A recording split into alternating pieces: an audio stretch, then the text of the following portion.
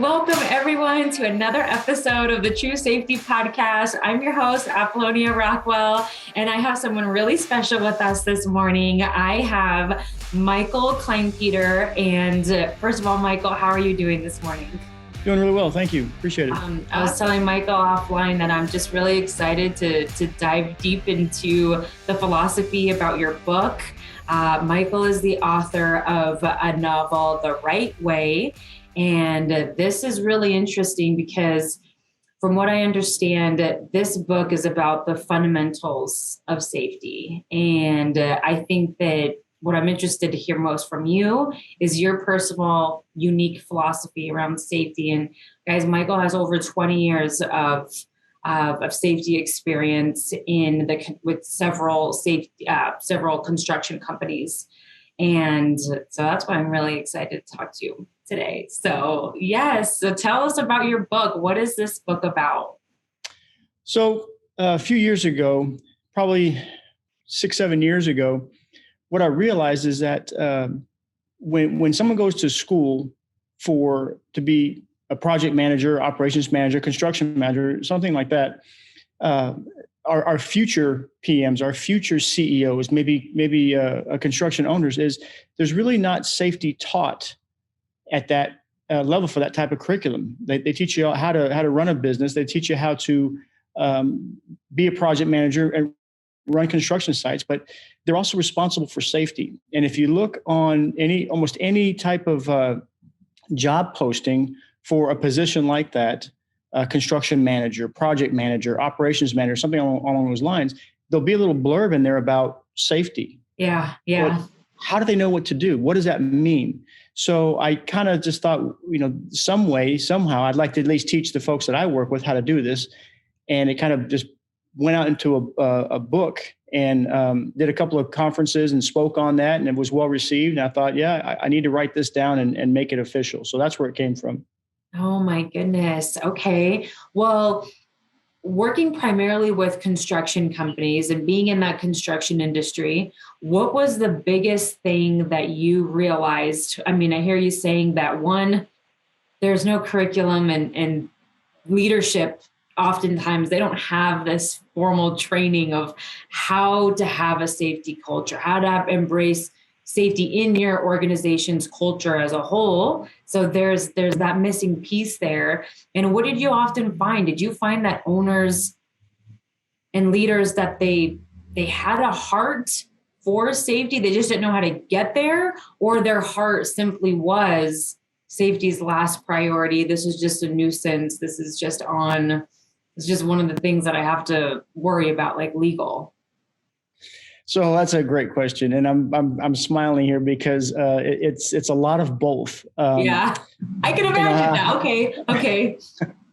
There's people have to say the right thing, but whether they follow what they're saying is a different story. I call it, talking the talk or walking the walk, and then there's an aspect of walking the talk. And so you see a lot of people in the upper levels of an organization that I think in their heart, as you said, they want people to go home safe. They don't want people to get hurt. Mm-hmm. But then what does it take from a management, from a company, from an employer standpoint to make sure that happens? Mm-hmm. And then you got the two most common things that are I'll say marginalized at times, which is time and money. Mm-hmm. And so especially time, because you have to meet schedules and you got to meet budgets. So I would answer your question as to say it's a little bit of both, but the book that I wrote is born out of a lot of failure, to be honest with you. Mm-hmm. My own failure, but also what I saw and how safety was managed from an operational level. Mm-hmm. What are those failures that you could speak on? I mean, I think that there's this unseen battle with the safety challenge, right? I guess that's the best way that I could describe it, is just this safety challenge. And a lot of our listeners are safety professionals. And we also have a lot of listeners that are just leaders in organizations. It might be the owners or their supervisors. So we have that broad audience. What would you say that you recognize quickly that most companies are dealing with this challenge? Like what was that? What was that thing? I think they don't really know what it means to manage safety. There's almost maybe a conscious or unconscious abdication of safety management to the safety professional. Oh, we Yeah. have a safety person, that's trained, educated, experienced on site, so they're going to take care of safety. They're going to handle that, it all for us. Safety department's going to handle safety. It's their role. It's their responsibility. Their fault if something goes wrong. That's right. Got it. That's right. So, when I wrote this, it was a bit of a definition of the right way, but it was an outline of what the roles and responsibilities are at each level of management, from executive all the way down to the worker, and what it takes to lead and manage safety, not just follow compliance. Yeah. Yeah. Kind of that approach of going beyond compliance. And so what does that look like? I mean, what's unique about your perspective, why I was so excited to talk with you, is that you have seen companies that are small, medium, large, right? You've seen companies that are, they're doing things the elite way. You've seen companies that they've been there. They're the golden star. They're the standard. And by no means I'm sure no company is perfect, but can you describe what it looks like, what it feels like, what an organization, how that is ran properly when leadership is embracing safety, when the team, every single department of that organization is rowing in the same direction? And what does that dreamland look like for the rest of us? Yeah, that's a great question. I think the first thing is the people who are in charge at whatever level, you have to care about the people that you're leading and managing. Yeah. If you don't care about those people, then you're not going to lead them as people. Mm-hmm. Unfortunately, I've experienced it where you have managers, leaders of different levels, and they view the people who are doing the work, the ones that are exposed to the hazards, as replaceable parts. Somebody gets hurt or worse, we get another one. And that's I think everyone would agree that's a horribly wrong perspective. Unfortunately, it still exists. So the first thing is to care. You have to care about the people you lead and manage. And when you do, the thought is that you will do what you have to do as an individual, as a leader, to provide that safe and healthy workplace that they require. And then the second thing is one of the, I call it a dirty word of safety. I haven't written this down, but accountability. We have to hold people accountable. And that doesn't mean punitive. It just means this is what you're expected to do. As your leader, I expect you to do this. And if you don't, you're going to have to let me know why you're not doing it or why it's not working. But there's a level of accountability that has to be in place too. So I've been in places where neither one of those were there. And I'm extremely fortunate to be in a great place right now where both of those are evident and practiced. Okay. Oh my gosh. Well, I think that those words, all as safety professionals hearing that, there is a little sting, because we're thinking about the company that we're working with, or if you're a consultant, you work with several companies. That word is something that just resonates, because there's a lot of times as safety professionals where an incident does happen and maybe management picks and chooses who's going to be held accountable. Like if it's, one of the owner's buddies and they're hurt, and then, management doesn't care as much. If it's somebody, maybe newer or just whatever it is. I think that safety managers are always trying to figure out, what does accountability look like for the whole organization, for every single person. So I like that.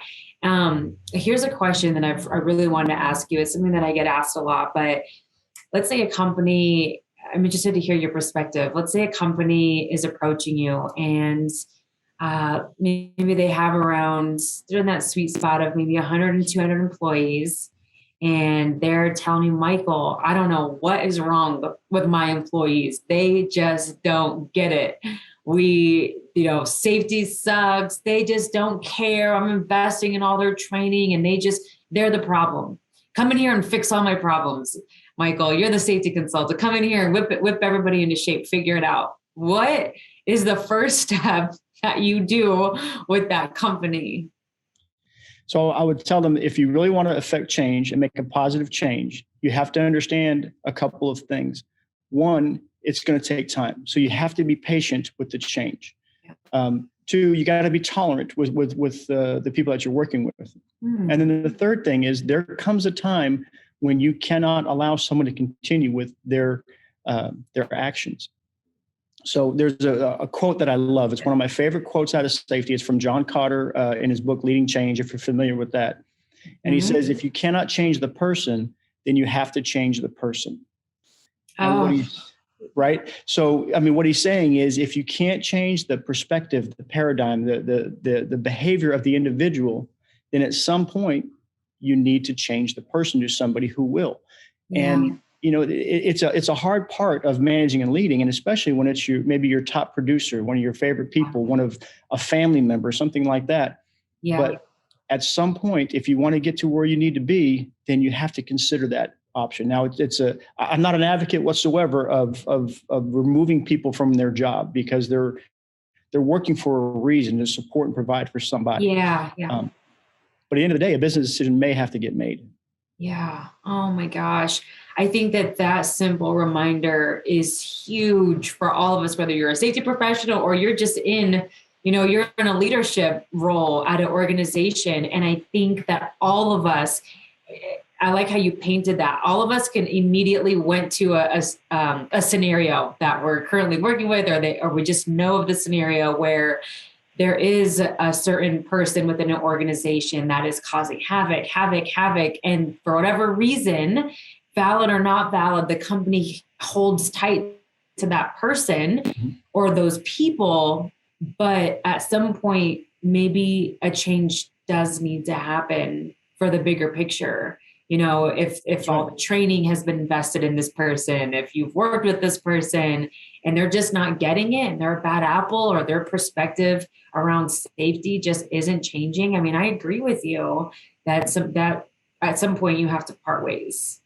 There's a common, I call it an excuse, a phrase that we've probably all heard. I've always done it this way and I've never been hurt. Yeah. And we'll add a 3-letter powerful word to the end of that sentence. And yet, well, what do you do as a company at that point? Yeah, you know what? I let this person get away with it because he never got hurt. Yeah. And when people try to use that excuse, I always ask them. I say, okay, so you continue to do that, and then you get hurt, or you're in the hospital, or worse. Do you think your family will care how many times you got away with it prior to this incident? Yeah. What's going to be more important to them? The fact that you got hurt, or they're in a funeral? Or that you got away with it 100 times prior, or whatever the number might be. And so we have to hold people, there's enforcement is another dirty word. It doesn't need to be dirty, but as managers and leaders, we have to enforce the expectation. It doesn't mean being humiliating and embarrassing or anything like that. Just making sure that people are going to follow the expectation. So it's another form of accountability. That kind of, I don't know why my mind is going here, but, talking about how if there were to be an accident at the end of the day with an individual that's saying, this has never happened to me before. We've done it like this my whole life, my whole career, nothing has happened. And I like how you said that the powerful word is yet. Have you, and I'm sure you have, worked on several incidents. Can you tell the listeners about an incident that really resonates with your heart when you hear the word incident? This is the one that comes up. Can you tell us what that experience was like all the way through? You don't have to mention names or, companies or anything like that, but just the emotions involved with an incident. Sure. And I will try not to get emotional as I tell the story because I usually do. It involves a double fatality. And there was a crew of 3, and they were assigned to go check to see if there's a rubber plug and a lateral between 2 sanitary sewer 60-inch lines. So their instructions were to go check to see if there was a rubber plug in there and take it out because both lines had been made active. Okay. So they did that. And when they did, there was a decision made the plug is there. It's not supposed to be there. I'm going to take it out. And so the foreman, the person in charge of that 3-person crew, for some reason made a decision to go in this active sanitary sewer manhole to pull the plug out. Um, and when he did, he was overcome by the hydrogen sulfide associated with sanitary sewer. And then another individual, just crew member one, went in to go try to save him, was overcome. So they both passed. The third crew member did not go in. And the third crew member happened to be the brother, excuse me, of the first crew member. And he did what he had been trained to do. He went and knocked on the homeowner's door, said, "Call 911, my brother, my boss are in the manhole." So what was unfortunate about that story is that two people did what they were taught not to do. And then you had a manager leader in the foreman setting an example that ended up with two people passing. So it's kind of an example of what I was talking about before, where they had theoretically done this type of thing before and gotten away with it. Sure. This time they didn't. The third crew member, when he, through the OSHA, through litigation, all of that, he kept being asked, "Why did you not go in to help your brother or your boss?" And he kept saying this, "Because I was trained not to." Yeah. And so, the good part is somebody said, "Yes, my training works and I'm going to follow my training." Two people did not do that, unfortunately. Yeah. And so that always sticks in my mind. I tell a very lengthy story of that with more detail when I speak at conferences and such, or when I teach here with our company, I tell that story. So that's an emotional story that always sticks with me. That is very tough to remember. Absolutely, I can only imagine, right? All of us can only imagine working alongside of that incident, being involved, understanding the emotions of the families involved. And I mean, that is an extreme tragedy, right? That those families will never, ever forget. And I think that when we do talk about, kind of like you said, those words that we don't like to bring up, enforcement, accountability, this is why. Because training, like your life depends on it, because it does, is something that I don't know if it's talked about as much as it should be in training classes. And I understand with safety training, gosh, I know a lot of people are, I don't want to go through this training, or I don't want to go through, I've done this training a million times, or what am I really going to learn? But I mean, just this story that you just explained there is exactly why. Because two sons, brothers, fathers, were, lost in a tragic incident like that.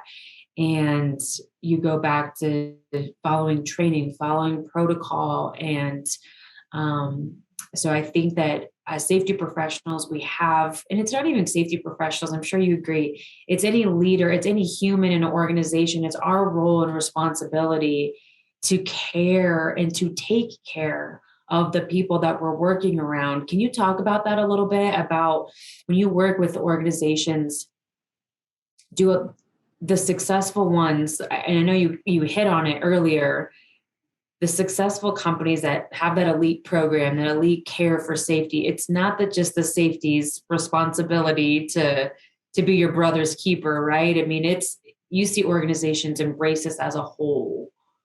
Companies that care for one another, that root, it doesn't just come from leadership, but it's boots on the ground. There's this level of care. Absolutely. Right? Early in my career, I had this sense of power, hey, I'm the safety guy, you're going to do what I say. Right. And yeah. I'm the guy, I'm the person, and so, I admit I had some arrogance there, and I was, company I was with at one time, the operations manager was saying, safety is a support function for what we do. And I actually got offended at that during that conversation. I'm going, no, we are a primary, and all this stuff. But the more I thought about it, I thought, you know what, that's true.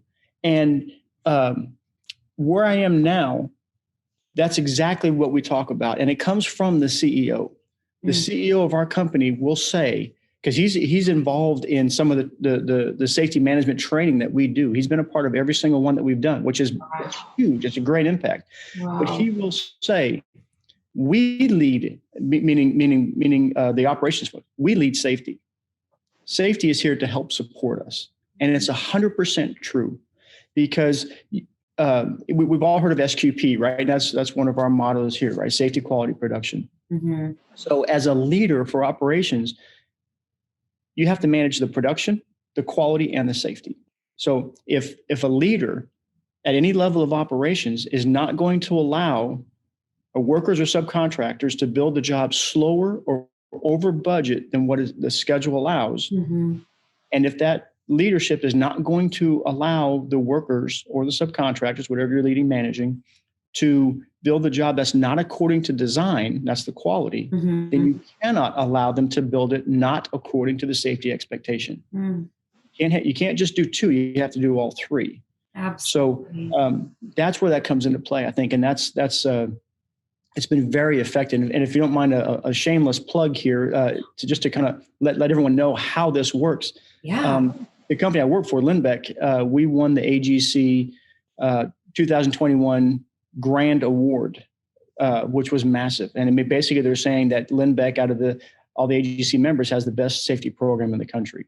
Oh my goodness. We're a part. Okay. Yeah. So it really speaks to the level of effort that everybody has in the company, but it starts with our CEO, and he demands from the people, his direct reports, and all the way down. That's that level of accountability. Mm-hmm. And so the things that I'm saying, I can say they work because that's brought it to that level of not just recognition, but we have a safety record. We have a safety record that supports that. And what supports that safety record is all the effort that everybody puts in to making sure we are leading and managing safety appropriately for the benefit of the workers. And so that's how it all comes around and kind of closes a circle, so to speak. Wow. Oh my goodness. I think that there's so much practical advice there that listeners can take away today.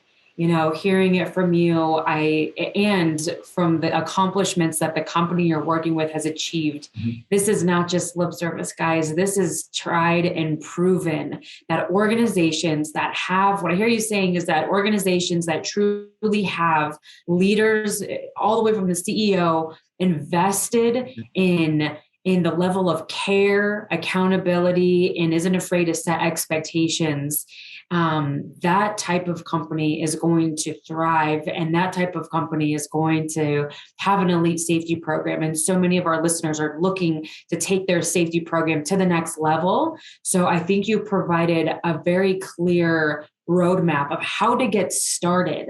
And it would be awesome, because of our time, how we have to be short on time, how we have to wrap up. I already knew that this conversation was going to go by in 2 seconds, because I had a million questions for you, but I would love to do a part 2. I mean, what I hear you saying is the foundation of how to get started with a great safety program.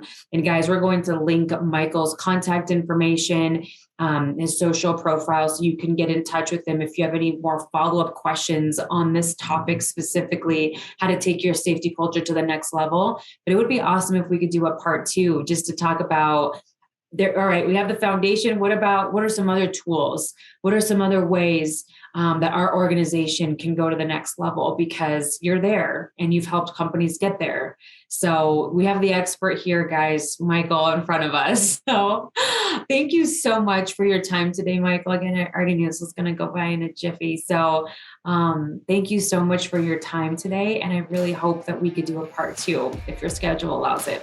Yeah, that'd be great. Thank you very much. I appreciate it. It was good talking to you. Awesome. Thank you for what you do also. Oh, thank you so much. Thank you. I would love to, let's stay connected, and I would love to talk with you hopefully next month or the next few months. I'd love to talk again. All right. Sounds good. Appreciate it. Thank you, everyone. All right, guys. Thank you so much for listening. Again, we'll link all of Michael's information, and have a great rest of your day. Thank you.